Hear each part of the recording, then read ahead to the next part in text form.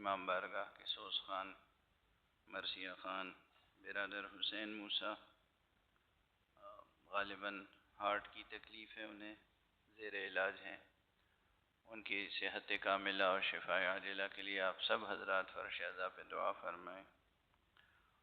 اور میرے برادر معظم عالم دین حجت الاسلام والمسلمین علامہ سید ذوالقدر رضوی صاحب، ان کو بھی ہارٹ اٹیک ہوا ہے، وہ اس وقت ہاسپٹل میں ہیں، پرسوں ان کا بائی پاس ہارٹ سرجری ہے، ان کی بھی صحت کاملہ اور شفاء عاجلہ کے لیے دعا فرمائیں۔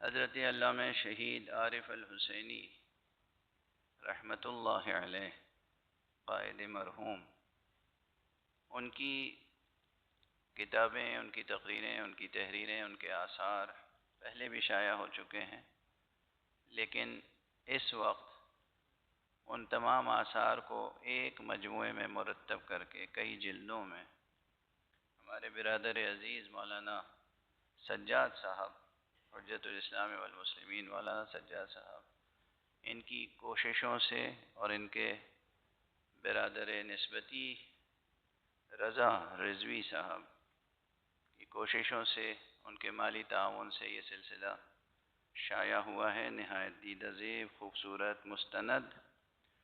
دعا فرمائیے پروردگار ان حضرات کے توفیقات میں اضافہ فرمائے، اس خدمت کو قبول فرمائے، اور مومنین جہاں تک ہو سکے اسے حاصل کریں اور اس کا مطالعہ کریں اور اس سے علمی اور روحانی استفادہ کریں۔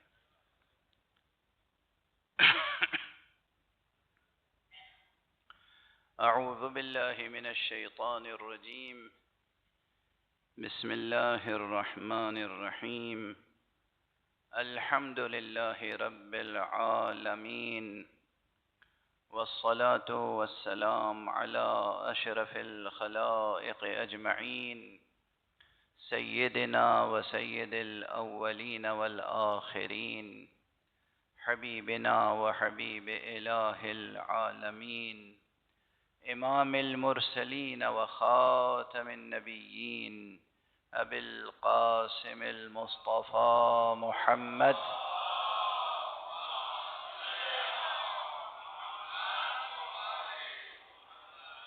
وعلى أهل بيته الطيبين الطاهرين الهداة المهديين المعصومين المظلومين، واللعنة الدائمة على أعداء الحق والدين. أما بعد، فقد قال الله تعالى عز اسمه في محكم كتابه ومتقن خطابه، بسم الله الرحمن الرحيم، إن الذين يخشون ربهم بالغيب لهم مغفرة وأجر كبير، صدق الله العلي العظيم۔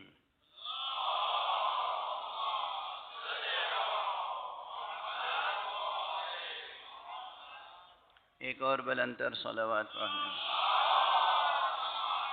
سورہ مبارکہ ملک کی 12ویں آیت مسلسل آپ کی خدمت میں تلاوت کر رہا ہوں۔ میں نے گزارش آپ کی خدمت میں یہ پیش کی کہ اگرچہ یہ آیت اور اس کا مضمون بہت آسان اور سادہ معلوم ہوتا ہے، لیکن یہ قرآن کی آیت ہے۔ قرآن مجید کے ہر مضمون میں بے انتہا تہداری اور معنوی ابعاد میں کثرت اور تنوع پایا جاتا ہے۔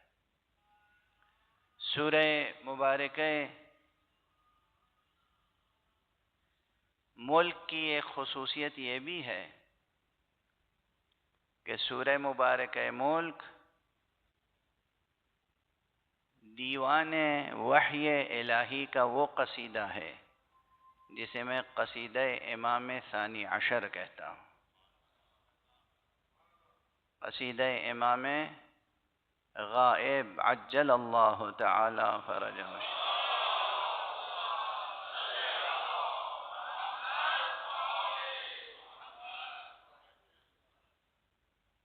اب ظاہر ہے آپ میں سے ہر ایک کو تعجب ہوگا کہ یہ کس طرح. ایک اور صلوات پڑھ دیجئے محمد والا.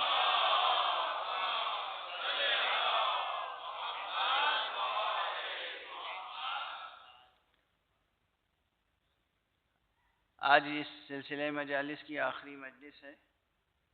مطالب ذہن میں بہت زیادہ ہیں اور وقت آپ کے پاس بہت کم ہے. تو بس ایک ایک جملے اور ایک ایک فقرے میں ایک ایک مجلس پڑھتا ہوا آگے بڑھوں گا. ٹھیک ہے نا؟ ایک جملہ اپنا پرانا یاد دلا دوں آپ کو کہ یہ قرآن مجید ایسی صنعت میں نازل ہوا ہے کہ پہلی نگاہ میں تو یہ معلوم ہوتا ہے کہ یہ از اول تا آخر حمد باری ہے، یعنی قصیدہ توحیدیہ ہے. اور ہے ہی ہے اس لیے کہ قرآن مجید کا مستقل خاص موضوع توحید ہے.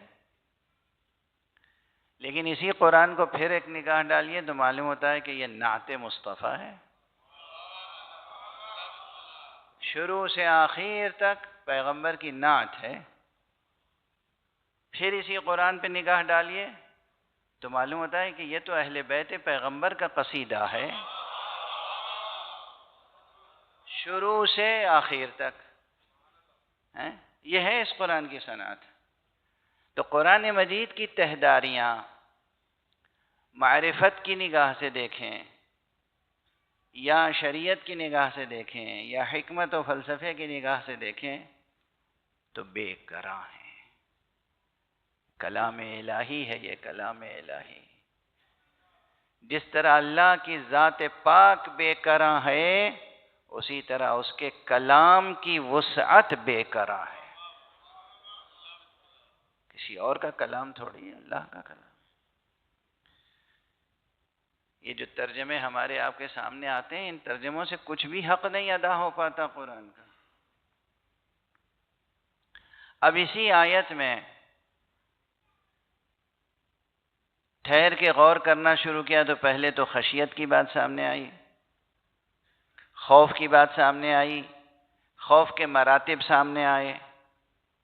اس کے بعد ضمناً یہ بات سامنے آئی خوف ہے کیا اگر ہمارے اندر وجود رکھتا ہے اور وہ بھی اللہ سبحانہ و تعالی نے ہی تو پیدا کیا ہے، کسی اور نے نہیں.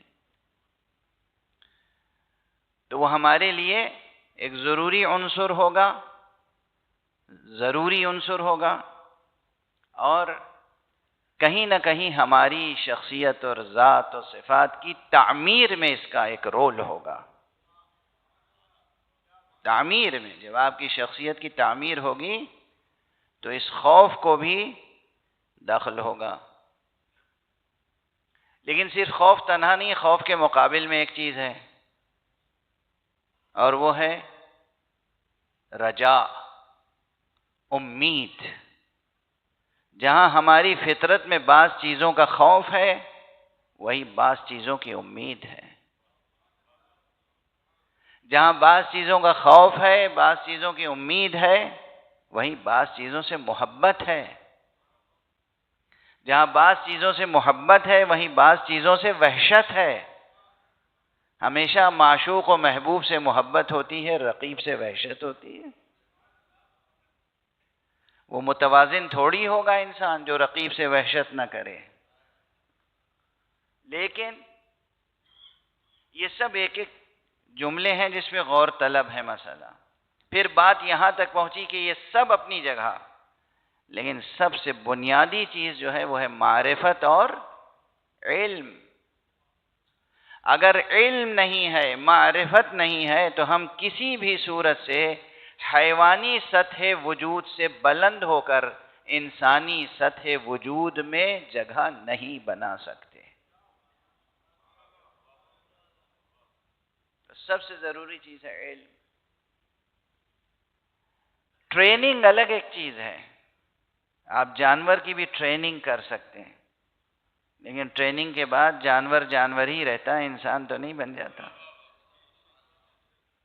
آج کل دنیا کے بہت سے انسٹیٹیوشنز میں ٹریننگ پہ زور زیادہ ہے، نالج، وزڈم، بصیرت اور علم، اس کی باتیں کم ہوتی ہیں،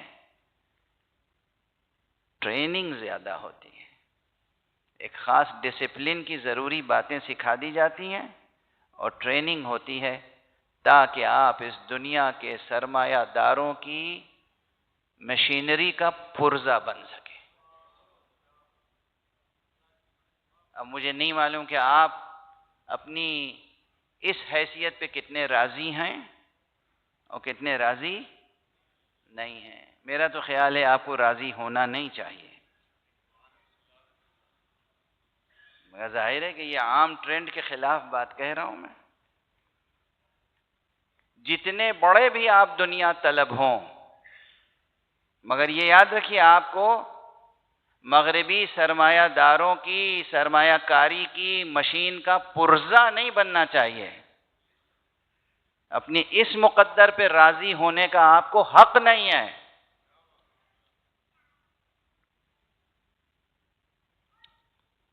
دیکھیے کاش یاد آ جائے، مجھے اپنے بھی تو شعر نہیں یاد آتے بعض وقت، تو میں ایک بات عرض کر سکوں آپ کے سامنے اور عرض کر کے آگے بڑھوں، اور وہ غالباً اس طرح سے تھا کہ کتاب فطرت کے ہر ورق پر، کتاب فطرت کے ہر ورق پر نصاب تحریر ہے خودی کا۔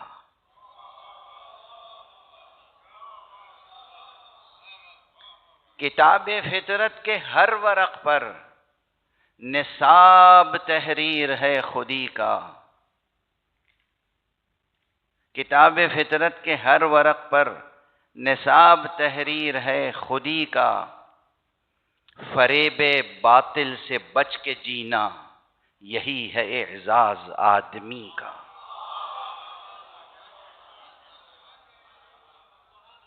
فریب باطل سے بچ کے جینا یہی ہے اعزاز آدمی کا۔ خدا کے بندوں کو حق نہیں ہے،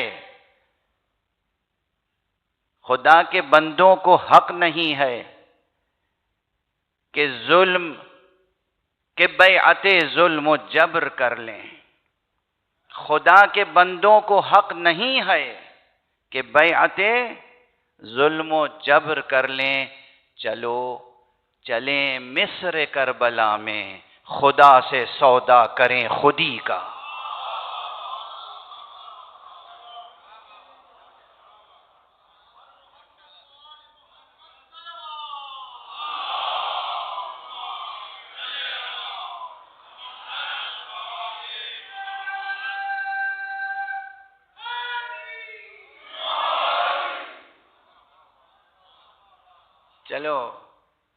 چلو چلیں مصر کربلا میں یہ بھی کہہ سکتا تھا کہ چلو چلیں کربلا کے بن میں نے کربلا کا بن یہاں نہیں کہا، چلو چلیں مصر کربلا میں، چونکہ مصر کے بازار میں یوسف کا سودا ہوا تھا۔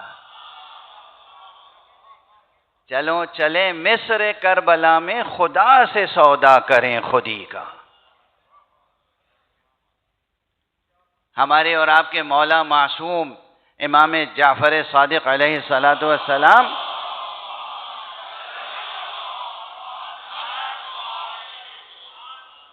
نے فرمایا ہے کہ تم اپنی قیمت پہچانو، تمہاری قیمت جنت سے کم کچھ نہیں ہے۔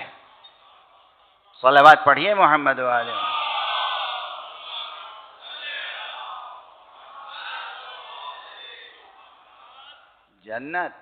جنت سے کم آپ کی قیمت نہیں ہے،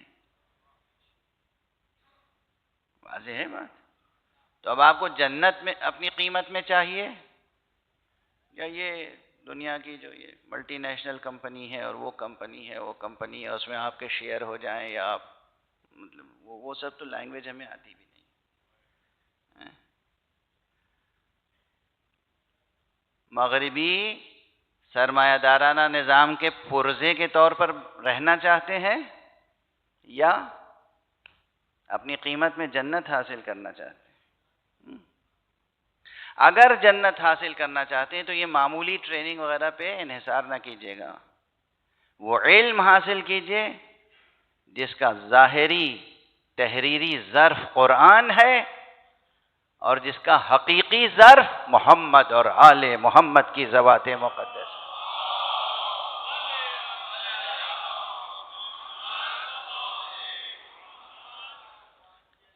اب میں نے عرض کیا تھا کہ جب آپ علم حاصل کرنے کے لیے آگے بڑھیں گے تو ملک کے وجود کا ہر طبقہ، ہر حصہ، ہر علاقہ روشن ہونا چاہیے۔ خواہش ہوگی آپ کے اندر، ایک بچہ اسکول جاتا ہے، جیسے جیسے اس کی معلومات میں اضافہ ہوتا ہے تو وہ جو ملک نہیں بھی دیکھے ہیں اس نے، اس کے بارے میں گھر بیٹھے بھی معلومات حاصل کرنے کی کوشش کرتا ہے۔ اس نے کسی سے سن لیا امریکہ، ماں باپ سے پوچھے گا امریکہ کیا ہے، کہاں ہے، کتنا بڑا ہے، امریکہ کا کیپٹل کون سا شہر ہے، وغیرہ وغیرہ وغیرہ۔ جو سنے گا اس کے بارے میں معلومات حاصل کرنے کی کوشش کرے گا۔ یہ کوشش آپ کے اندر بھی ہونی چاہیے۔ اور اسی لیے ایک جوان نے ہم سے کہا کہ آپ بتائیے کہ ہم سنتے ہیں برزخ، آپ بتائیے برزخ کیا ہے؟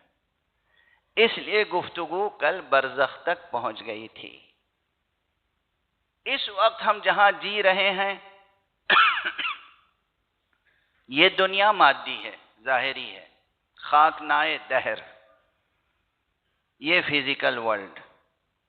یہاں کی دنیا ایک خاص دنیا ہے، اور جو کچھ بھی آپ دیکھ رہے ہیں، سورج کی روشنی اور چاند کی روشنی اور ستارے اور کہکشائیں اور یہ خاک، یہ زمین اور یہ سمندر، جو کچھ بھی آپ دیکھ رہے ہیں، یہ سب ایک کائنات بنائی گئی آپ کے وجود مبارک کو ایک خاص آزمائش سے گزارنے کے لیے۔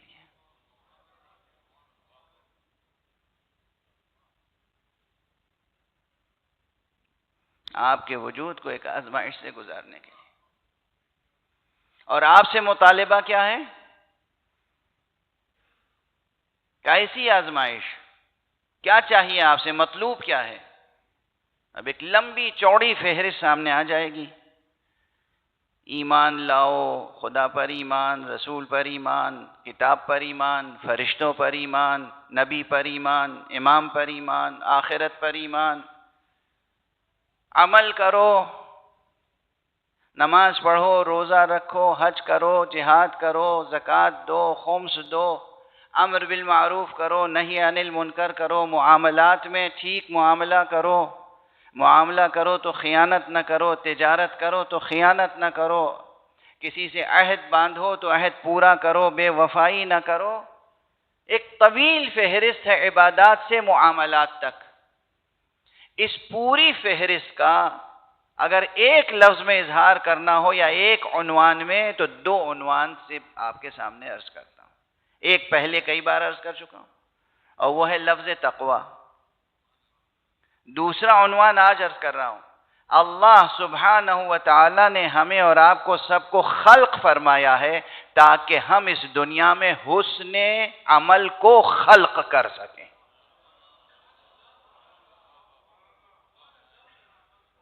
کس چیز کو خلق کرنا ہے؟ اللہ نے اپنا کیا لقب رکھا ہے مختلف القاب میں سے؟ احسن الخالقین۔ احسن الخالقین کے کیا معنی ہے؟ یعنی خالق بہت ہیں، وہ احسن الخالقین ہے، وہ سب سے بہتر و بہترین خالق ہے۔ اس کا مطلب اور بھی خالق ہیں۔ اس نقطہ نظر سے نہ دیکھیے گا جو مشرکانہ نقطہ نظر ہے، جو حقیقت پسندانہ نقطہ نظر ہے، وہ آپ کی ذات سے شروع ہوگا۔ آپ اپنے اندر کوئی کریٹیویٹی کی صلاحیت پاتے ہیں یا نہیں؟ کوئی شاعر ہے، شعر کہتا ہے، شعر کیا ہے؟ اس کی تخلیق۔ کوئی مصور ہے، پینٹنگ تیار کرتا ہے، یہ کیا ہے؟ اس کی تخلیق۔ کوئی مصنف ہے، کتاب لکھتا ہے، یہ ہے اس کی تخلیق۔ کوئی سنگ تراش ہے، پتھر کو تراش کے ایک بہترین مجسمہ بناتا ہے، یہ ہے اس کی تخلیق۔ تو ہر ایک میں بے پناہ تخلیقی صلاحیتیں اللہ نے دیں کس نے دی؟ وہ جو خود احسن الخالقین ہے، وہ جو احسن الخالقین ہے، اس نے جس کو بھی بنایا اس میں ایک تخلیقی جوہر رکھ دیا. یہ تخلیقی جوہر رکھا، اور خود آپ کے اندر جو تخلیقی جوہر ہے، جو کریٹیویٹی ہے، یہ کوئی محدود نہیں ہے. اپنے تخلیقی جوہر کو بھی محدود نہ سمجھیے گا. یہ آپ کے اندر بھی جو تخلیقی جوہر ہے، یہ بہت بے کرانی ہے، اس میں بہت گہرا، بہت وسیع ہے اور بہت تہدار ہے. اس سے نہ جانے کیا کیا کچھ خلق کر سکتے ہیں آپ. لیکن ایک خیال رکھیے، جو شے بھی خلق کریں آپ، وہ ایک عنوان کے تحت جمع ہو سکے، اور وہ کیا ہے؟ حسن عمل.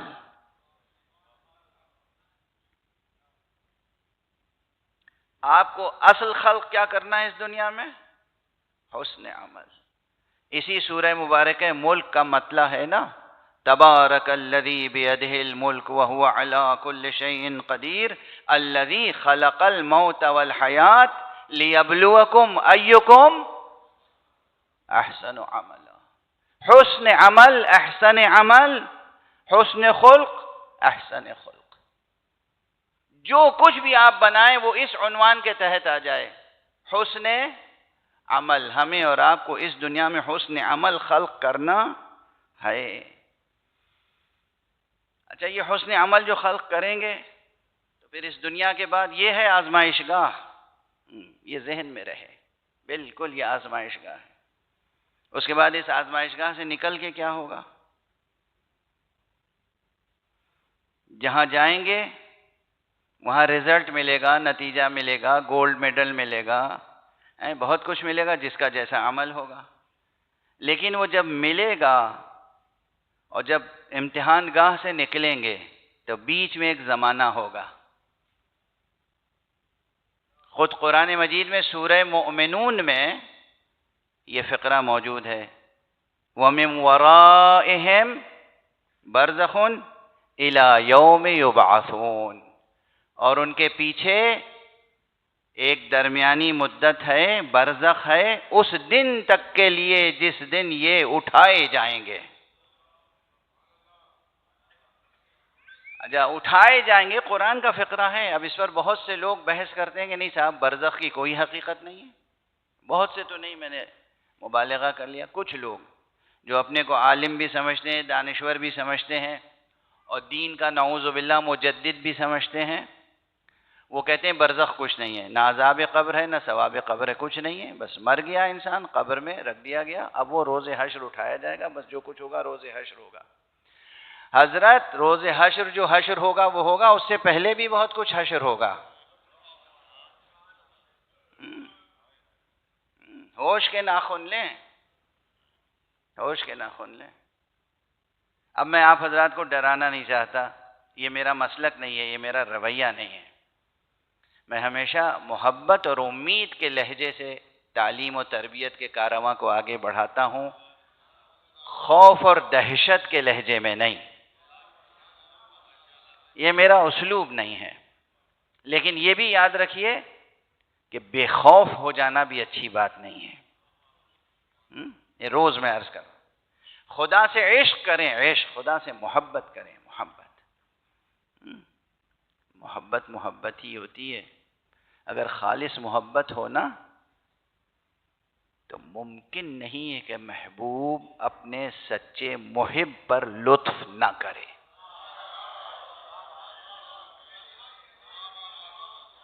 یہ ممکن نہیں. یہ چیز فرہنگ وجود میں پائی نہیں جاتی. یہ چیز قاموس ہستی سے باہر ہے.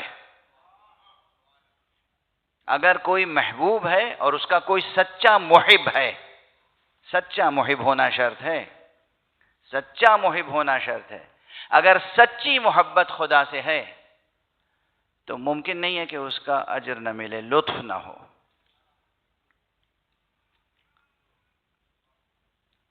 وقت کم ہے اور میں خود گفتگو کو بہت پھیلانا نہیں چاہتا ہوں. ورنہ یہ گفتگو ہے بہت شیریں اور پرلطف، محبت کی گفتگو ہوتی ہی ہے پرلطف. کتنی ہی آزمائشیں ہوں محبت کی راہ میں، لیکن اگر وہ محبت کی راہ کی آزمائش ہے تو عاشق کو ہمیشہ اچھی لگتی ہے، ہمیشہ. کتنی ہی بڑی آزمائش ہو شیریں معلوم ہوتی ہے. تو بہرحال ایک چیز تو یہ کہ اللہ سے محبت کیجیے، اور اپنے بچوں کی تربیت اللہ اور رسول اللہ اور محمد اور آل محمد کی محبت پر کیجیے، دنیا کی محبت پر نہیں، مال دنیا کی محبت پر نہیں.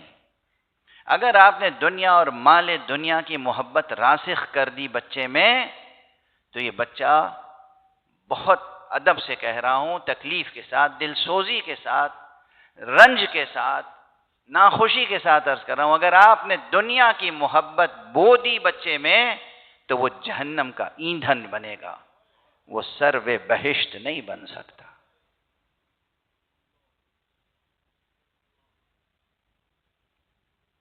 ایک ہی تو زمین ہے، اس میں چاہے گندم بو لیجئے چاہے جو، ایک ہی زمین ہے، چاہے آپ اس میں گلاب بو لیجئے چاہے ببول، ایک ہی زمین ہے، ایک ہی انسان ہے، ایک ہی دل ہے، ایک ہی ذہن ہے، ایک سرشت ہے. اگر آپ نے دنیا بو دی تو وہ آخرت کہاں سے اگائے گا؟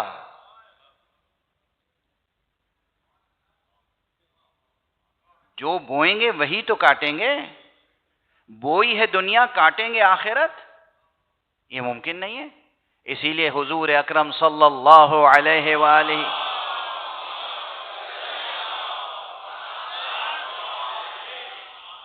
وسلم نے فرمایا ہے کہ دنیا مزرعۃ الآخرہ، دنیا آخرت کی کھیتی ہے. یعنی رہیں دنیا میں، بوئیں آخرت. یہ جملے یاد رکھیے گا، اس فقیر کے جملے نہیں، حضور کے جملے. تو ایک تو یہ کہ دل میں بچوں کے شروع سے اٹھتے بیٹھتے، اب آج کل ہوتا کیا ہے، میں کیا عرض کروں. مجھ سے ابھی ایک دانشور ملاقات کرنے کے لیے آئے تھے 1-2 روز پہلے، اچھے ذمہ دار دانشور ہیں. انہوں نے خود ہی کہا، کیونکہ اب وہ بڑھاپے کی منزل میں آ گئے ہیں، غالباً ریٹائرمنٹ کے قریب ہیں یا ریٹائرمنٹ کی منزل سے بھی آگے بڑھ چکے ہیں. مجھ سے 5-6 برس بڑے ہیں. وہ خود ہی بتا کے گئے تھے. انہوں نے اپنی زندگی کی سچائی بتائی کہ بھئی اب میں اس عمر میں سوچ رہا ہوں کہ اس وقت جو دنیا میں نظام تعلیم و تربیت ہے، جو کچھ ہے، وہ کیا ہے. بچوں کو شروع سے، یعنی کے جی اور نرسری کے دور سے کس چیز پہ ماں باپ کا زور ہوتا ہے؟ اچھے سے اچھا گریڈ لے کے آئیں. کیوں؟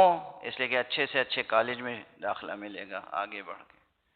اچھے سے اچھے کالج میں داخلے کے بعد اچھی سے اچھی ڈگری ملے گی. اچھی سے اچھی ڈگری ملنے کے بعد کیا ہوگا؟ اچھی سے اچھی جگہ پلیسمنٹ ہو جائے گی. اچھی سے اچھی جگہ پلیسمنٹ کے معنی کیا ہیں؟ بڑا سا پھر گھر خریدیں گے، بڑی کار خریدیں گے، بڑے دنیاوی شان اعزاز وغیرہ وغیرہ وغیرہ. تو وہ جو آغوش مادر سے فکر شروع ہوئی اس منزل تک، اس میں کہیں دور دور تک آخرت تو آئی نہیں. کہیں آئی آخرت؟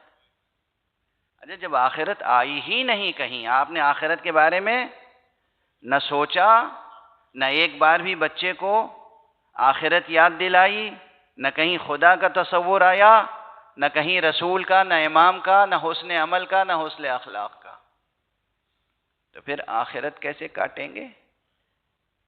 آخرت تک کیسے پہنچیں گے؟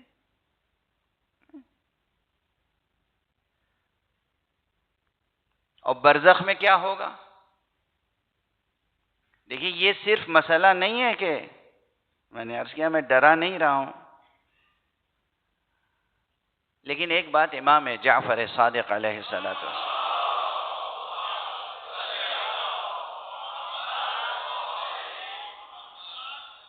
آپ نے فرمایا ایک آپ کی روایت ہے کافی میں ہے، کافی میں یہ روایت موجود ہے، اگرچہ اس کی سند میں اشکال ہے، کمزور ہے، لیکن بہرحال کافی میں موجود ہے۔ اور اس میں امام نے فرمایا، امام چھٹے امام نے، روز قیامت تو ہم تمہاری شفاعت کر لیں گے، برزخ کی فکر تم خود کرنا۔ تو میں سمجھتا ہوں جس جوان نے بھی مجھ سے برزخ پہ گفتگو کی، فرمائش کی، اس نے ایک بہت بڑا کام کیا ہے کہ مجھے موقع ملے کہ میں توجہ دلا سکوں۔ فرمایا قیامت میں ہم شفاعت کر لیں گے، اگر ہمارے چاہنے والے ہو تو قیامت میں ہم شفاعت کر لیں گے، لیکن برزخ کی خود فکر کر لینا، میں تمہارے بارے میں برزخ کے مراحل سے ڈرتا ہوں۔ اگرچہ کل کی مجلس میں وہ بھی عرض کر چکا ہوں، اگر واقعاً عشق خدا ہو، اگر واقعاً محمد اور آل محمد سے محبت ہو، تو اس میں شک نہیں کہ موت کے وقت بھی علی مدد کریں گے، اور انشاءاللہ برزخ میں بھی مدد کریں گے، اور انشاءاللہ قیامت میں بھی مدد کریں گے، صراط پر بھی مدد کریں گے، حوض پر بھی مدد کریں گے۔ وہ مولا ہیں، مولا۔ اس وقت تک ان کے دل کو بھی قرار نہیں آئے گا جب تک کہ اپنے چاہنے والوں کا ہاتھ پکڑ کے جنت میں پہنچا نہ دیں۔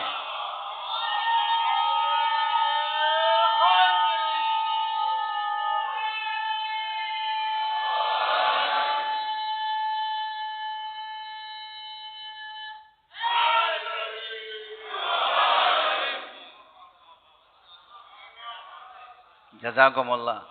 اس میں کوئی شک نہیں، کوئی شک نہیں، مولا ہے مولا۔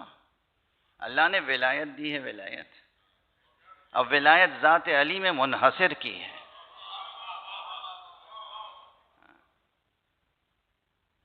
تو مدد تو کریں گے وہ، لیکن ایک بات بتاؤں، پوچھوں آپ سے، ایک مدد کرنے کے معنی ہے کہ ایک مدد کرنے والا آیا، اس نے کہا کہ آؤ بھائی ادھر آ جاؤ، اور آپ اپنے پاؤں سے چلتے ہوئے ادھر آ گئے، اور ایک یہ کہ آپ نے اپنے پاؤں بھی توڑ رکھے ہیں،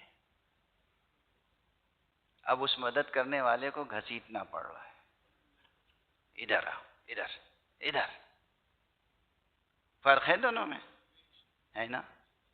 اب آپ چاہیں اپنے پاؤں توڑ کے بیٹھیں، چاہے اپنے قدم سلامت رکھیں، بس اتنی ہی گزارش ہے، اس سے زیادہ کچھ نہیں۔ صلوات پڑھ دیجئے محمد علیہ۔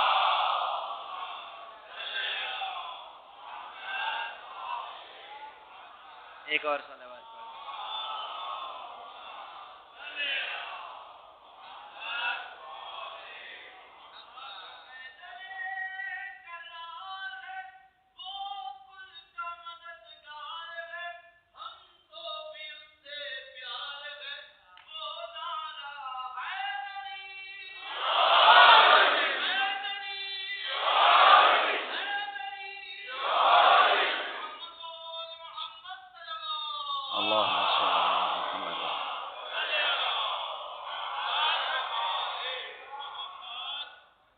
اب ایک بات دوبارہ دہرانے سے مجھے بار بار کہہ چکا ہوں کہ کوئی دلچسپی نہیں ہوتی، لیکن اسی ضمن میں کہ پاؤں توڑ کے بیٹھیں یا پاؤں سلامت رکھیں۔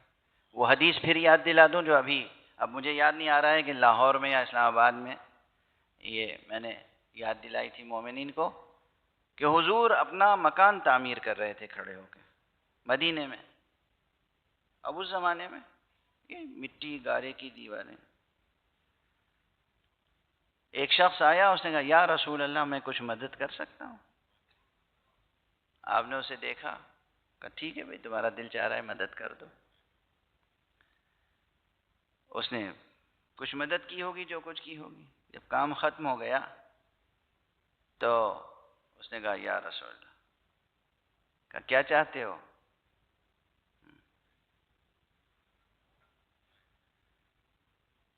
قیامت میں شفاعت کر دیجیے گا۔ کیا ذوق تھا اس کا! شفاعت سے کم اجرت نہ مانگیے گا، ورنہ خسارے کا سودا ہوگا۔ ہاں، یہ سب راز کی باتیں ہیں۔ شفاعت سے کم اجرت نہ مانگیے گا. کہیے گا خدمت تو ہم کچھ نہیں کر سکے، ہم نے جو کچھ کیا آپ کے لائق نہیں ہے، مگر جتنی سکت تھی کیا ہے. آپ اپنی عطا کے پیمانے سے دیجئے، آپ ہمارے دامن کی تنگی کو نہ دیکھیے، اپنے دست کرم کی وسعت کو دیکھیے. شفاعت سے کم کوئی چیز نہ مانگیے گا. مانگتے کیا ہیں آپ لوگ؟ یہی گاڑی گھوڑا، اور کیا مانگتے ہیں؟ اٹھتے بیٹھتے دنیا ہائے دنیا ہائے دنیا ہائے دنیا. ارے دنیا جتنی بھی حاصل کر لیں، کئی برس جئیں گے؟ اٹھتے بیٹھتے یہ بات کہتے ہیں، خود ہر آدمی کہتا ہے، مگر ذرا سنجیدگی سے سوچ تو لیں. کئی برس جئیں گے؟ آپ کئی برس جئیں گے بتائیے جلدی سے؟ 200 برس؟ 200 برس؟ 200 برس جی نہیں. اچھا یہ مولانا بہت نیک آدمی ہے، متقی پرہیزگار ماشاءاللہ، یہ تو شاید 500 برس جئیں گے نا؟ نہیں، کوئی 100 برس بھی جینے کی امید نہیں رکھتا، اور ساری دنیا کو قبضے میں لانے کی کوشش کرتا ہے. اور جہاں ہمیشہ ہمیشہ رہنا ہے وہاں کی کوئی فکر ہی نہیں ہے. بھئی یہ کون سی عقل مندی ہے؟ یہ کون سی عقل مندی ہے؟ یہ عقل مندی نہیں ہے نا. جانتے آپ میں سے ہر آدمی یہ جانتا ہے، مگر میں بس ممبر سے یاد دلا رہا ہوں. ٹھیک ہے، اس لیے یاد دلا رہا ہوں کہ آپ سے محبت ہے. آپ کو ایک بات بتاؤں، 18 عید غدیر کا جشن مناتے ہیں نہیں؟ وائے ہو اس پہ جو نہ مناتا ہو.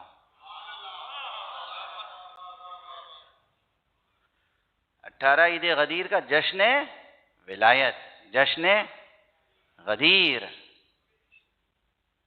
اس روز ولایت کے اعمال میں اور آداب میں ایک خاص چیز معصوم نے سکھائی ہے کہ جب ایک مومن دوسرے مومن سے ملے، ہاں یہ اس معاشرے میں کہہ رہا ہوں جہاں کوئی کسی سے ملنا ہی نہیں چاہتا،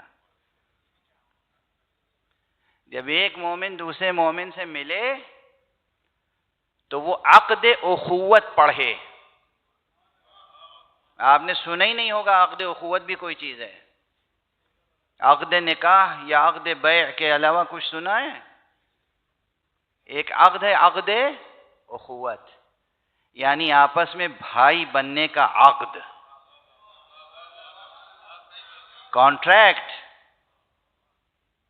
آج سے ہم تمہارے بھائی، تم ہمارے بھائی.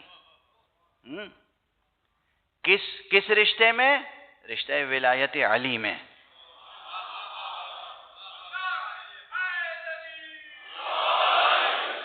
نعرہ لگا کے بھول نہ جائیے گا، عہد اخوت تمام مومنین سے قائم رکھیے گا. یعنی کیا؟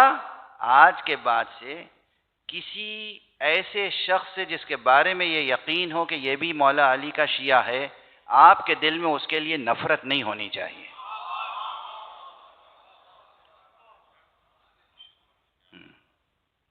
بات تو ناراضگی ہو سکتی ہے تھوڑی دیر کی، گھنٹے 2 گھنٹے، زیادہ زیادہ 3 دن. 3 دن سے زیادہ کوئی بری چیز نہیں رکھنی چاہیے اپنے پاس.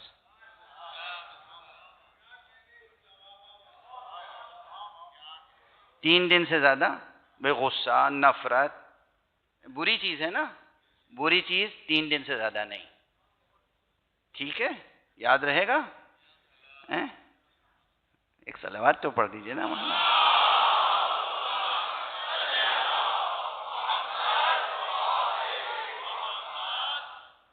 رسول نے کہا، یہ حدیث کا مضمون ہے. ٹھیک ہے، اخوت کا صیغہ کس طرح پڑھیں اور عبارت بتائیے. وَأَخَيْتُكَ فِي اللَّهِ وَصَافَيْتُكَ فِي اللَّهِ وَصَافَحْتُكَ فِي اللَّهِ وَعَاهَدْتُ اللَّهَ وَمَلَائِكَتَهُ. میں تم سے بھائی ہونے کا عہد کر رہا ہوں، دل کی صفائی کر رہا ہوں، تم سے مصافحہ کر رہا ہوں، اور اللہ اور ملائکہ کو گواہ بنا کے تمہیں اپنا بھائی بنا رہا ہوں،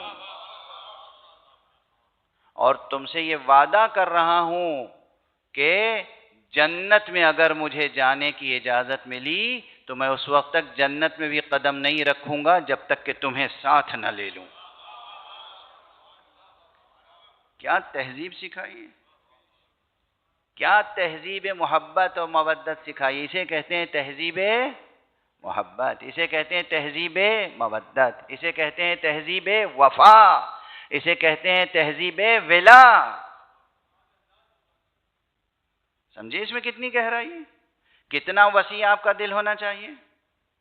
یہاں اپنی اپنی فکر میں لگے ہوئے ہیں، آج اس نے مرسیڈیز بینز خریدی ہے پڑوسی نے، تو یہاں حسد کی آگ بھڑک اٹھی، جو تھوڑا سا سلام دعا تھا وہ بھی ختم ہو گیا، ادھر دیکھیں گے بھی نہیں، اس کے گھر کی طرف نہیں دیکھیں گے، اس کی صورت دیکھنے کا کیا سوال پیدا ہوتا ہے؟ جب تک کہ اس کے ماڈل سے بہتر ہم لیٹسٹ ماڈل مرسیڈیز کا خود نہ خرید لیں اور اس کے دروازے پہ جا کے کھڑی کریں، دیکھو میرے پاس بھی مرسیڈیز ہے۔ یقین کیجئے کتنے لوگ اسی نفسیات میں مبتلا ہیں یا نہیں ہے؟ آج شاید میں وہ کام کرنے بیٹھ گیا ہوں جو جبرائیل کے لیے منسوب ہے غلط طور پر۔ ایک صلوات پڑھ دیجئے محمد۔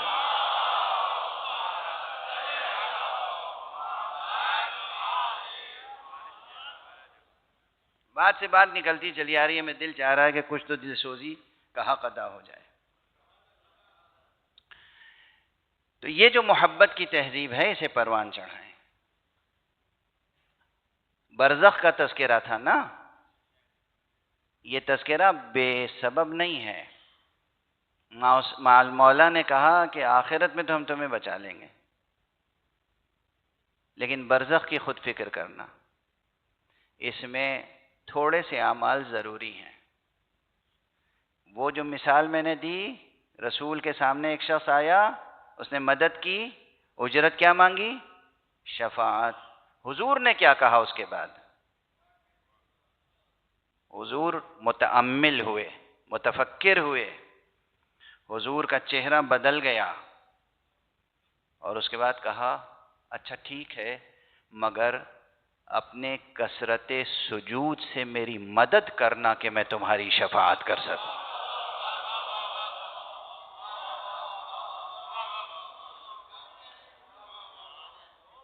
واضح ہے؟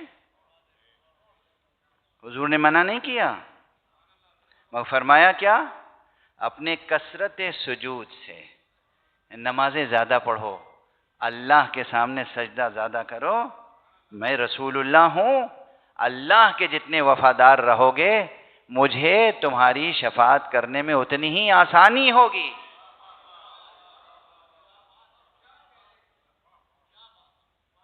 نماز نماز نماز، سجدہ سجدہ سجدہ۔ اور ایک سجدہ تو یہ ہے کہ بھائی آپ کھڑے ہوئے، واقعاً آپ نے نماز پڑھی 2 رکعت 3 رکعت 4 رکعت، اور آپ نے سجدہ کیا زمین پر۔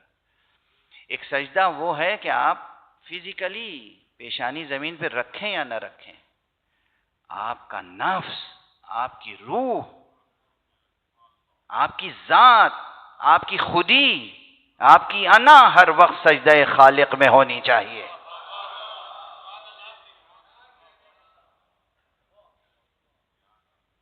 سجدہ، کثرت سجود، کثرت سجود۔ آپ کسی سے مذاق کر رہے ہو، مزاح کر رہے ہو، تب بھی خدا یاد رہے۔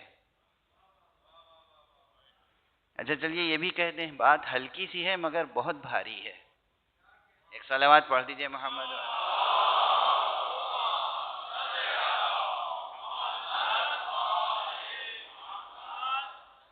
سنیں، جوان بھی سنیں، بزرگ بھی سنیں۔ ایک حدیث بیان کی جاتی ہے، روایت اس طرح ہے، راوی نے ان لفظوں میں معصوم کی بات پہنچائی ہم تک کہ مومن کا مزاح بھی عبادت ہے۔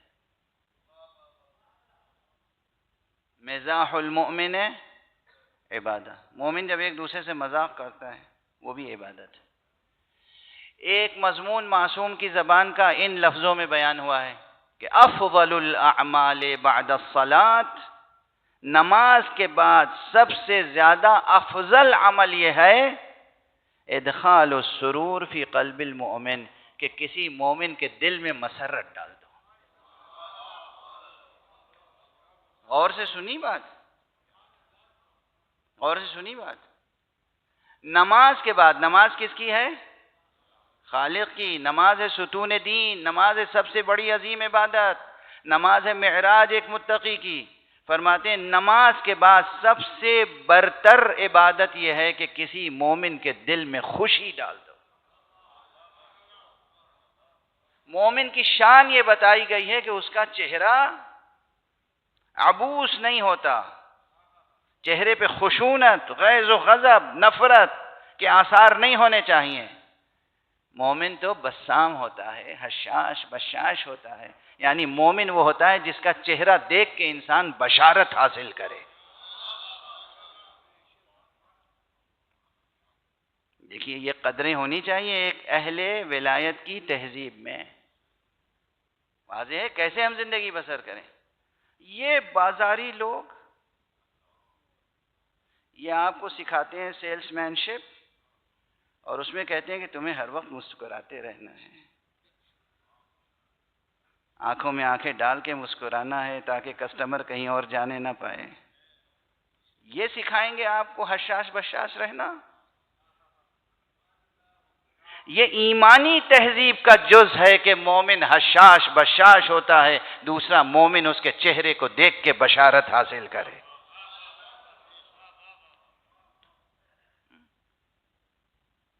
بات سے بات نکلتی چلی آ رہی ہے اور میں آزادانہ فکر کر رہا ہوں اور عرض کرتا چلا جا رہا ہوں۔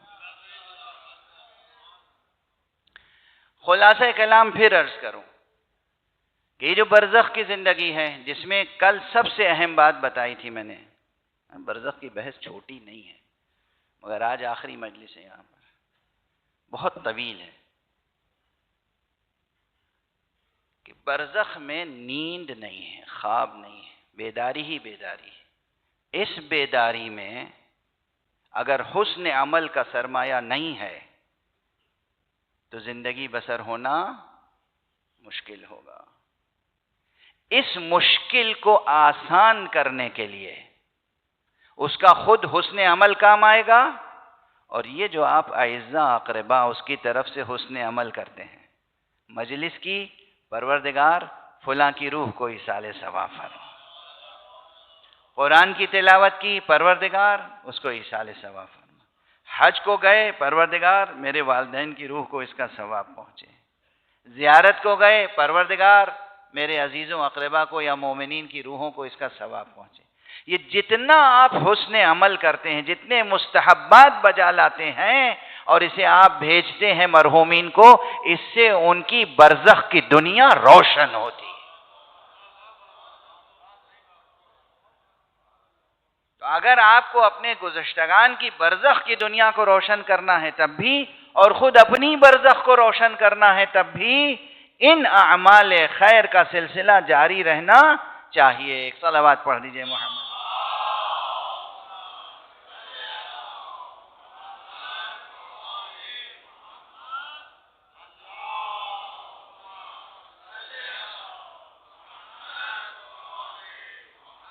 بس اب میں برزخ کی بات یہیں پہ روک رہا ہوں۔ اشارتاً عرض کر دیا کہ برزخ کی منزل اتنی آسان نہیں ہے، لیکن آسان ہو سکتی ہے، وہ بھی لطف معصوم سے اور کچھ آپ کی اپنی قد و کاوش سے۔ ٹھیک ہے، اب ذرا سی بات اور آگے بڑھ جائے۔ اسی آیت مجیدہ میں کہا گیا، یہ بھی ایک سوال کا جواب ہے، ورنہ میں یہ بحث آج نہ چھیڑتا۔ یہ بحث چھوٹی نہیں ہے، یہ بحث بہت لمبی ہے، بہت بڑی ہے اور بہت انٹلیکچول بحث ہے، بڑی فلسفیانہ بحث ہے، معمولی نہیں ہے۔ پہلے سے میں نے متنبہ کر دیا، اب اگر 11:30 12 12:30 تک مجلس چلے تو کوئی حرج نہیں ہے۔ جی ہاتھ نہ جوڑیے گا آج، صلوات پڑھیے محمد والے۔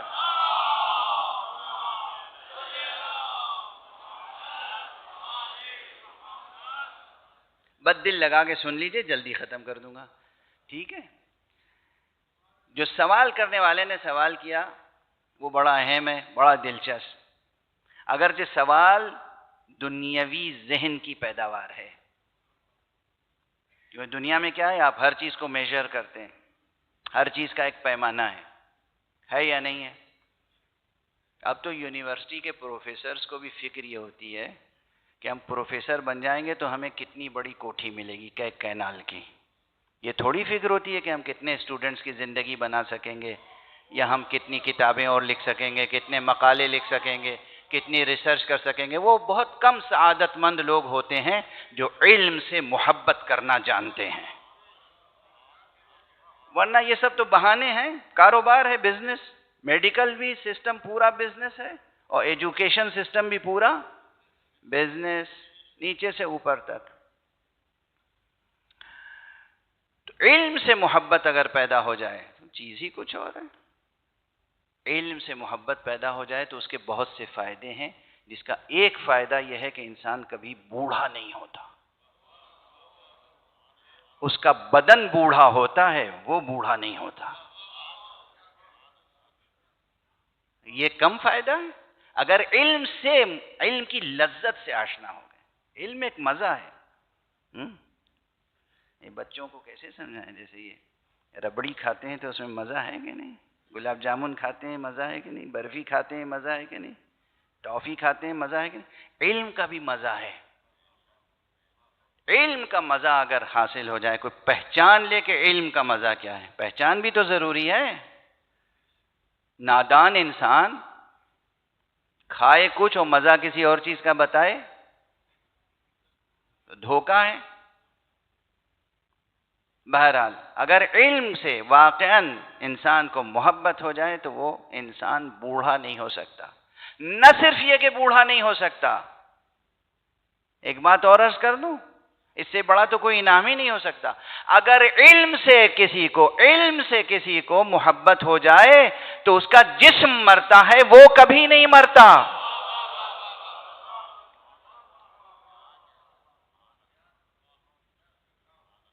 عالم کبھی نہیں مرتا، اور یہ میں نہیں کہہ رہا ہوں، ہمارے آپ کے آقا مولا باب مدینۃ العلم صاحب منبر سلونی امام علی ابن ابی طالب علیہ الصلوۃ والسلام،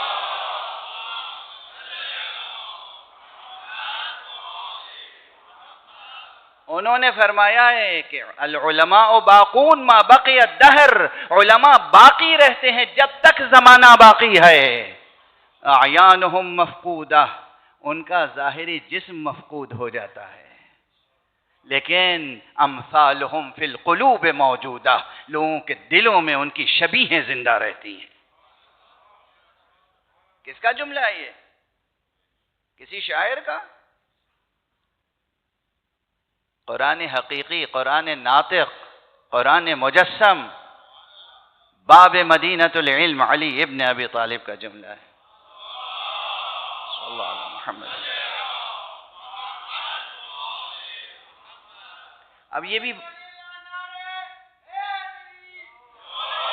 بھی بار بار یہ جملے اس لیے عرض کرتا ہوں کہ اس دور میں میں دیکھتا ہوں کہ صحیح معنی میں علمی شغف نہیں ہے لوگوں میں۔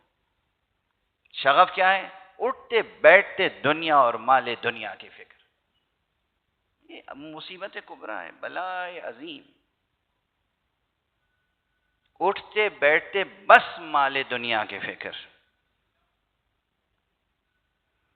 خدا کی قسم اس سے اپنے کو بچائیے، تو آپ کا شرف انسانی بھی محفوظ رہے گا، دین بھی محفوظ رہے گا، ایمان بھی محفوظ رہے گا، آخرت بھی محفوظ رہے گی، اور شفاعت آسانی سے ہو جائے گی، نجات آسانی سے ہو جائے گی۔ بہرحال اب جو میں عرض کر رہا ہوں کہ جو سوال تھا وہ سوال کیا تھا؟ اس آیت کا آخری فقرہ کیا ہے؟ ان الذین یخشون ربهم بالغیب، جو لوگ غیب میں بن دیکھے، بنا دیکھے، بغیر دیکھے اللہ سے خشیت کا رشتہ رکھتے ہیں، اللہ کا خوف رکھتے ہیں معرفت کے ساتھ، ان کے لیے کیا ہے؟ لہم مغفرتن، ان کے لیے مغفرت ہے. خود اس مغفرت کو سمجھنے سمجھانے کے لیے بھی کچھ وقت چاہیے، لیکن اب اس فقرے پہ نہیں رکوں گا. آخر میں کیا ہے؟ لہم مغفرتن واجر کبیر، اور بڑا اجر ہے. کبھی غور کیا ہے کہ بڑا اجر کے معنی کیا ہے؟ یہاں سے مجھ سے ایک میرے عزیز نے پوچھا کہ مولانا یہ بتائیے ثواب کی یونٹ کیا ہے؟ جو بیان ہوتا ہے اسے بہت ثواب ملے گا، اسے کم ثواب ملے گا، اسے 10 گنا ثواب ملے گا، اسے 100 گنا ثواب ملے گا، یہ یونٹ کون سی ہے؟ سوال ہے نا، بریلینٹ کوشچن، ذہانت کا سوال ہے. سب کی آنکھیں کھل گئیں. بھئی ہم ہر چیز کو تولتے ناپتے ہیں یا نہیں؟ تو ثواب کا جو وعدہ کیا گیا اور اس میں کمی زیادتی کا بھی اظہار کیا گیا. توجہ رہے، بحث بہت لمبی چوڑی ہے، میں کوشش کروں گا کہ فشردہ عرض کر دوں. اور یہ بھی کیسے پیدا ہوئی اس کے ذہن میں سوال، وہ میری ایک مجلس سن کے نکلے اور فوراً یہ سوال کر دیا. اس مجلس میں نے اس سے ملتا جلتا ایک سوال خود قائم کیا تھا، اس کا جواب دیا تھا. اب وہ بھی دوہرا دوں تاکہ بات سمجھ میں آ جائے. پہلے ایک مقدمہ اور دیکھیے، جو چیز جیسی ہوتی ہے ویسے ہی اس کی پیمائش کا پیمانہ ہوتا ہے. آپ گیہوں، جو، شکر، گڑ کا نام سنا ہے بچوں نے؟ یہ جو چیزیں تولی جا سکتی ہیں انہیں آپ کیلو میں تولتے ہیں. زمین کیلو میں تولتے ہیں، زمین تو آپ میٹر، کلومیٹر، کینال اور وغیرہ وغیرہ، ٹھیک ہے نا، پیمانہ بدل گیا. جو چیز جیسی ہے ویسی. جو بہنے والی چیزیں ہیں، سیال، اسے آپ لیٹر میں تولتے ہیں تو پیمانہ بدل گیا. جیسی شے ہوگی ویسا پیمانہ ہوگا، اور جیسی شے ہوگی ویسی ہی ترازو ہوگی.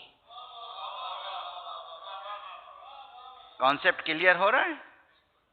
اگر چیزیں آبجیکٹو ہوں گی تو جو میجرمنٹ کے لیے پیمانہ ہے وہ بھی آبجیکٹو ہوگا، جو ترازو ہے وہ بھی آبجیکٹو ہوگی.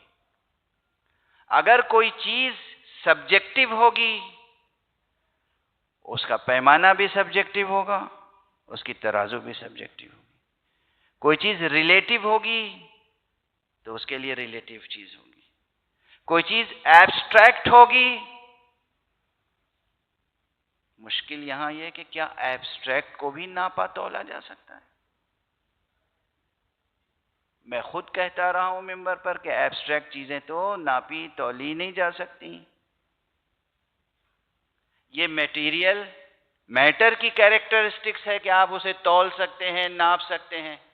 ایبسٹریکٹ کی کیریکٹرسٹکس میں یہ ہے کہ اسے نہ آپ تول سکتے ہیں، نہ ناپ سکتے ہیں، نہ توڑ سکتے ہیں، نہ جوڑ سکتے ہیں. ٹھیک ہے؟ واضح ہے؟ یہ سب چیزیں اپنی جگہ درست، پھر بھی ایک پیمانہ اور ایک میزان کا تصور اور نظام ہر جگہ قائم رہتا ہے. مثلا علم آپ سب حاصل کرتے ہیں، یہ کیسے طے ہوتا ہے کہ اس کے پاس کم علم ہے، اس کے پاس زیادہ؟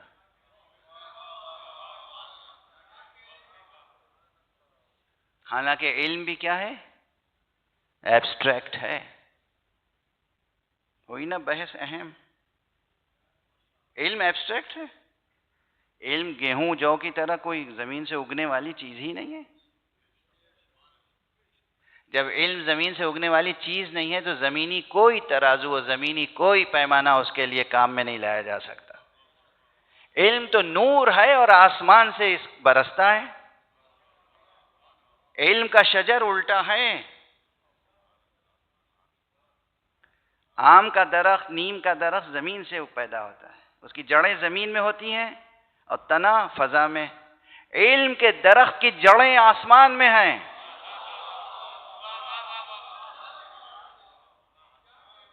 یہ یاد رکھیے گا، بچوں کو سمجھائیے گا، علم کے درخت کی جڑیں آسمان میں ہیں. یہ سخن گستری کی بات نہیں ہے عزیزو، یہ واہ واہ سبحان اللہ کے لیے نہیں عرض کر رہا ہوں. یہ نہ جانے کتنے فلسفیانہ مقالات کا نچوڑ ہے جو عرض کر رہا ہوں.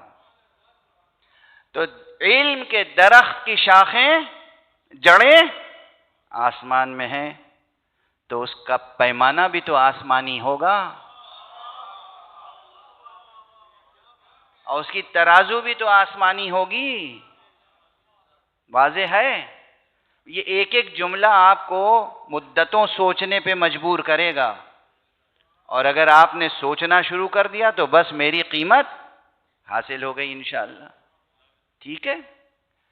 تو میں نے عرض کیا تھا کہ پھر بھی یہ سب باتیں تو اپنی جگہ، یہ تو سوچنا ہی پڑے گا نا کہ علم کا سب سے بنیادی، سب سے بیسک یونٹ کیا ہے علم کی.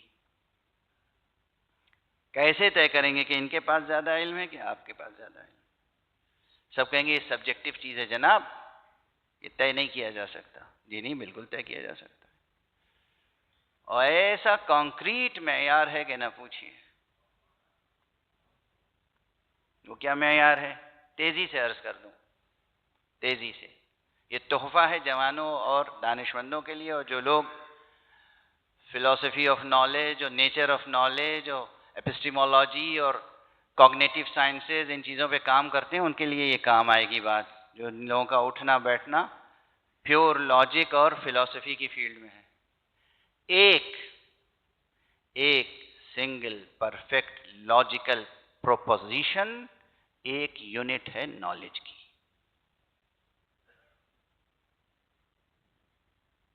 یعنی کیا؟ نہیں سمجھ میں آئی نا بات؟ ابھی واضح کر دیتے ہیں. آپ کے پاس اگر ایک جملہ کہا جائے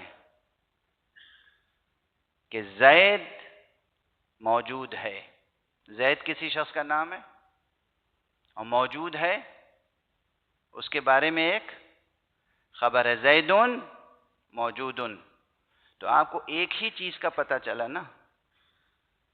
کس چیز کا؟ زید موجود ہے. اس میں ایک جز کو کہتے ہیں موضوع اور ایک جز کو کہتے ہیں محمول.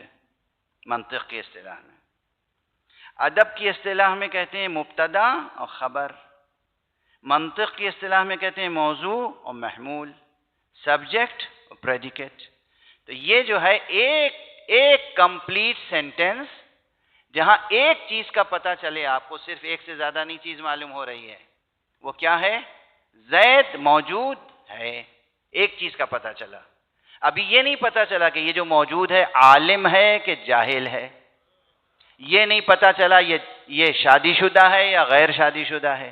یہ نہیں پتہ چلا یہ بچہ ہے یا جوان ہے یا بوڑھا ہے. یہ نہیں پتہ چلا کہ یہ پاکستانی ہے یا امریکی ہے. کچھ نہیں پتہ چلا. ایک چیز معلوم ہوئی، زید موجود ہے. تو یہ قضیہ ایک پرفیکٹ لاجیکل پروپوزیشن ہے. یہ جو پروپوزیشن ہے یہ ایک یونٹ ہے علم کی. واضح ہو رہی ہے بات؟ اب کیسے پتا چلتا ہے کہ کون زیادہ علم رکھتا ہے کون کم؟ بہت تجزیاتی ہے. جب ہم لوگ حوزے میں بحث کرتے ہیں کہ آغا سیستانی عالم ہیں، کیسے پتہ لگاتے ہیں عالم؟ یہ جو فقہ و شریعت کی کتابیں ہیں ان میں کتنے مسائل ہیں، دیکھتے ہیں ان میں سے ایک ایک مسئلے پر کس نے سب سے زیادہ مسائل پر کام کیا.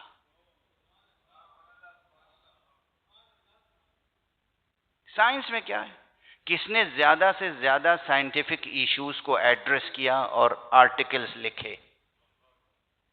یہ جب آپ یونیورسٹی میں لیکچررشپ یا پروفیسرشپ کے لیے آپ اپنی سی وی جمع کرتے ہیں، بایو ڈاٹا جمع کرتے ہیں، تو آپ لکھتے ہیں کتنے آرٹیکلز آپ نے لکھے.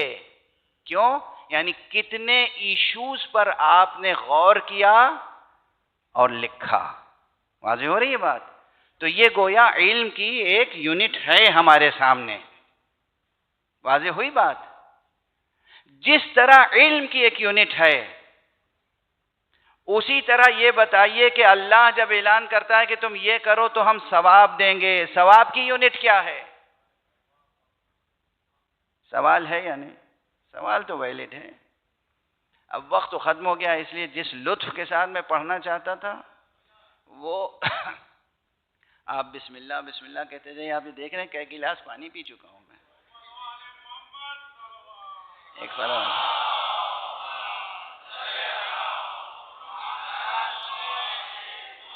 ایک اور سوال۔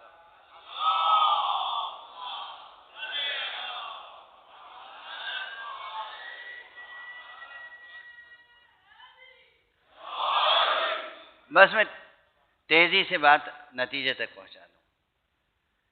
انشاءاللہ ذہن بھی مطمئن ہوگا، قلب بھی مطمئن ہوگا، لیکن وہ جس لطف سے اور جس وسعت سے بیان کر سکتا تھا اس موضوع کو، اب وہ موقع نہیں ہے۔ تیزی سے ایک دو جملے عرض کروں گا تاکہ مرحلہ معال مجلس اور مصائب تک پہنچے۔ یہ حقیقت ہے کہ پروردگار اجر دے گا۔ یہاں کہا گیا اجرون کبیر، بڑا اجر دے گا۔ اجرن تو خود اجر ہے، یعنی ثواب۔ اجرن کبیر، بڑا اجر دے گا۔ بس یاد رکھیے ایک جملے میں آپ محظوظ ہوں گے انشاءاللہ، وہ ذہانتیں آپ کے پاس ہیں بطفیل مجالس عزا، بطفیل فضائے مجلس حسین، بطفیل فضائے فضائل علی۔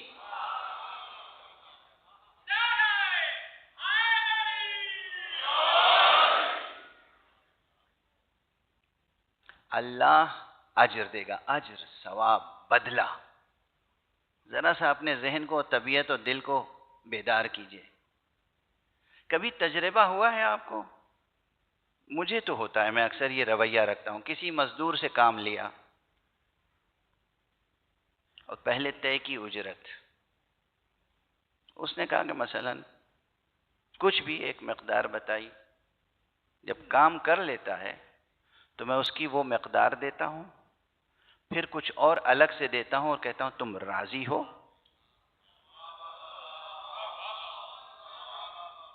کہتے جی میں بالکل راضی ہوں۔ اگر اس نے پھر امیدوارانہ نگاہ سے دیکھا، جیسے لگ رہا ہے کہ اسے اور امید ہے، تو ہم کچھ اور دیتے ہیں۔ اب راضی ہو؟ وہ خوشی سے کہتا ہے جی میں بالکل راضی، بالکل راضی۔ آپ کی رضا ابتدائی پیمانہ عطا رب ہے۔ آپ کی رضا، آپ کی رضا، آپ کی رضا، خدا کی قسم، آپ کی رضا پیمانہ عطا پروردگار ہے پہلی منزل میں۔ وہ کریم وہ ہے جو ہر بندے کو اس کے ہر عمل پر وہ اجر دیتا ہے جس سے بندہ راضی ہو جائے۔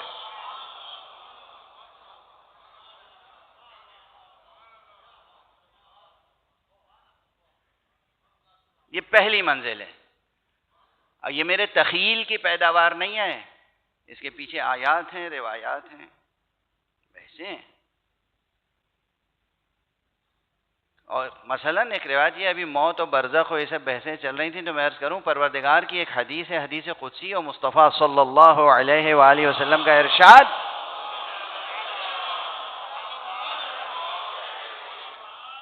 فرمایا ہے کہ اللہ جب موت کا وقت ہوتا ہے، کسی بندے مومن کی شرط ہے، کسی بندے مومن کی روح اس وقت تک قبض کرنے کی کا حکم اور اجازت ملک الموت کو نہیں دیتا جبرن، جب تک کہ وہ مومن میرے پاس آنے کے لیے راضی نہ ہو جائے۔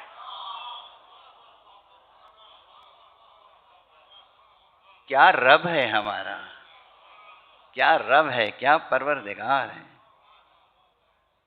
کیا رب ہے۔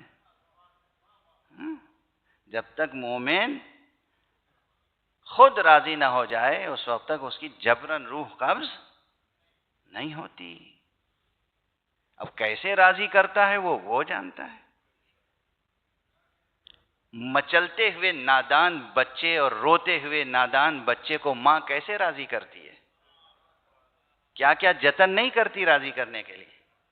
جس اللہ نے ماں کو یہ نفسیات دی ہے، وہ خوب جانتا ہے کہ نادان اور جاہل اور سرکش اور گنہگار بندے کو بھی کس طریقے سے راضی کیا جا سکتا ہے۔ رب ہے رب، اس سے محبت کرنا سیکھیں۔ اور یہ تو مولا امام حسن کہہ چکے ہیں،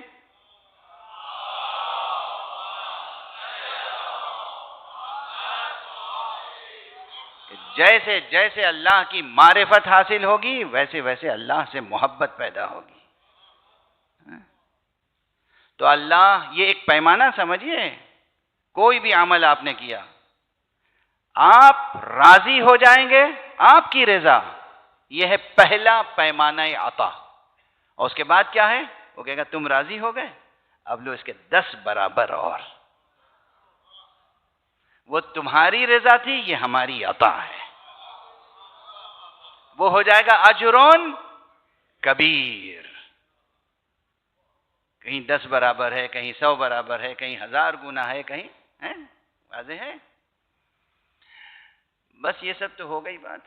آخری ایک جملہ آج کہوں، کچھ بھی کر لو اپنی حیثیت پہچانو، اپنی حیثیت سے آگے نہ بڑھنا، اللہ کے نبی اور اللہ کے ولی کو اپنا جیسا نہ سمجھنا۔ ہمارا تمہارا بنیادی پیمانہ اجر ہے ہماری رضا، علی کے لیے پیمانہ اجر ہے خدا کی رضا۔ کتنا فرق ہے، کتنا فرق ہے، زمین تا آسمان۔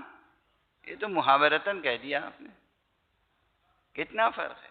ہمارے اور آپ کے عمل کا اجر ہماری رضا، علی ابن ابی طالب کے عمل کا اجر۔ قرآنی اور روایی حقیقت ہے نا، علی ابن ابی طالب علیہ السلام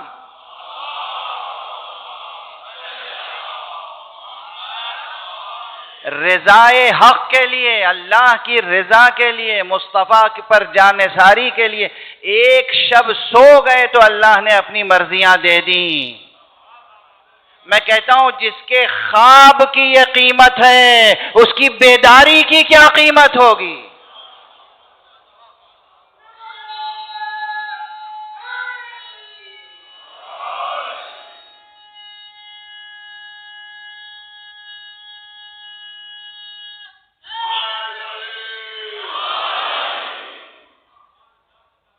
اللہ کی خاطر سو گئے علی تو اللہ نے مرضیاں دے دیں۔ اب اللہ کی خاطر علی زخم سہیں گے، جہاد کریں گے، محنتیں کریں گے، مشقتیں کریں گے، صبر کریں گے، کیا اجر ہوگا ان کا؟ بس گفتگو تمام۔ اللہ آپ تمام حضرات کو اجر کبیر عطا فرمائے، اجر کثیر عطا فرمائے۔ اس امام بارگاہ کو بنانے والوں کو جنت جنت اجر عطا فرمائے، اور آپ میں سے ہر ایک کو دنیا اور آخرت کی سعادتیں اور برکتیں عطا فرمائے۔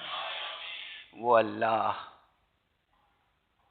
جو علی کو شب ہجرت سو جانے پہ اپنی رضائیں دے دے، وہ علی کو اس مصیبت پر صبر کرنے کا کتنا اجر دے گا جس کا میں کل ذکر کر چکا ہوں کہ علی موجود ہیں اور علی کے سامنے علی کے بچے کو ذبح کیا جا رہا ہے۔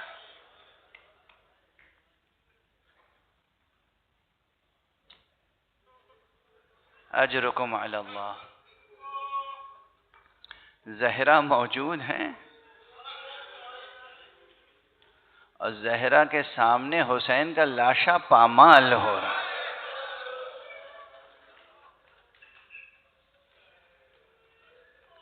قیامت ہے، قیامت۔ اور عاشور ایک قیامت نہیں ہے، نہ جانے کتنی عظیم قیامتوں سے بڑھ کر قیامت ہے عاشور۔ علی دیکھ رہے ہیں علی کی بیٹی کے بازو میں رسن باندھی جائے، زہرا دیکھ رہی ہیں اور زہرا کی ذریت پہ ستم ہو رہا ہے۔ کیا کیا واقعات ہیں مصائب کے، ایک انتہائی دردناک منظر ہے واقعات مصائب میں۔ اس سفر میں میں ابھی تک اسے نہیں پڑھ سکا، اس سے پہلے میں پڑھ چکا ہوں پاکستان میں۔ اس سفر میں نہیں پڑھ سکا ہوں۔ آج اس وقت تذکرہ کر دوں کہ جب اسیروں کا قافلہ ناقوں پر سوار کر کے لے جایا جا رہا تھا تو ایک شقی نے آگے بڑھ کے کہا، کہاں ہے حسین کی وہ 4 سال کی بچی؟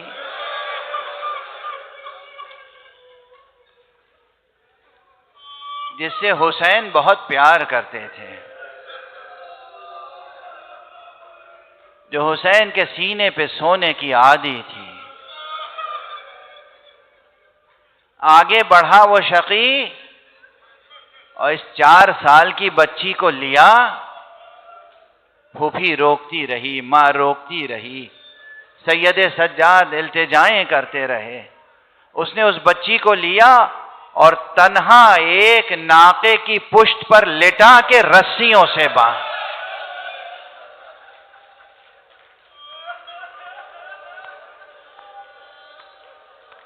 اللہ اکبر، اللہ اکبر۔ اب آپ تصور کر سکتے ہیں جب ناقہ چل رہا ہو اور کسی بچی کو اس پہ لٹا کے اس کے کوہان پہ رسیوں سے باندھ دیا گیا ہو، جیسے جیسے ناقہ چلتا تھا بچی کے سینے میں زخم پیدا ہوتا،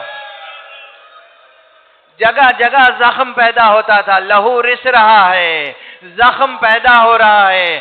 بچی کہہ رہی ہے، ہائے بابا، ہائے بھیا، ہائے چچا عباس۔ بابا آپ کے بعد یہ دن بھی دیکھنا پڑ رہا ہے۔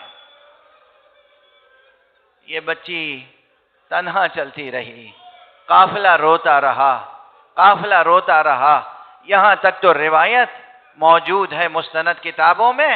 اس کے بعد جو روایت ہے وہ آپ سنتے چلے آ رہے ہیں، ہم بھی سنتے چلے آ رہے ہیں، اور پھر میں عرض کرتا ہوں کوئی بعید نہیں ہے، کوئی مستبعد نہیں ہے کہ یہ واقعہ بالکل درست ہو، کوئی بعید نہیں ہے۔ کہتے ہیں کہ یہ بچی چلتے چلتے چلتے چلتے زخمی بھی ہو چکی تھی، لاغر تو تھی ہی، بچی نہ جانے کسی مقام پر ناقے سے زمین پر گر گئی۔ چند قدم آگے بڑھا کارواں اور اس کے بعد وہ نیزہ خود بخود رک گیا، زمین میں پیوست ہو گیا نیزہ، اور اب اسے جتنا بھی آگے بڑھانے کی کوشش کی جا رہی ہے آگے نہیں بڑھ رہا ہے۔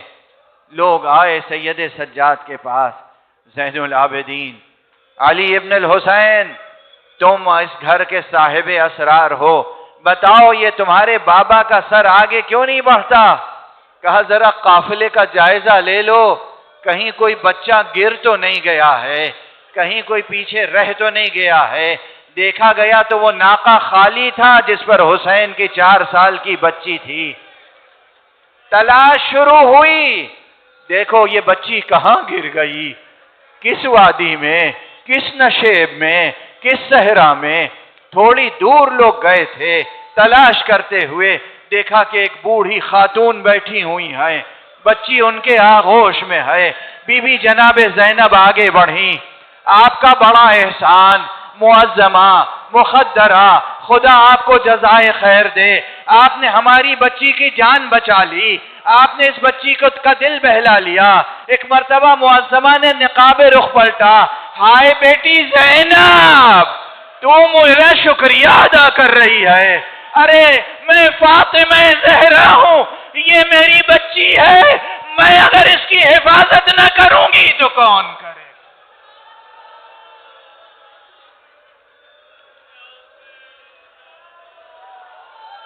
انا للہ و انا الیہ راجعون، رضا بقضائہ و تسلیما لامرہ، انا للہ و انا الیہ راجعون، رضا بقضائہ و تسلیما لامرہ۔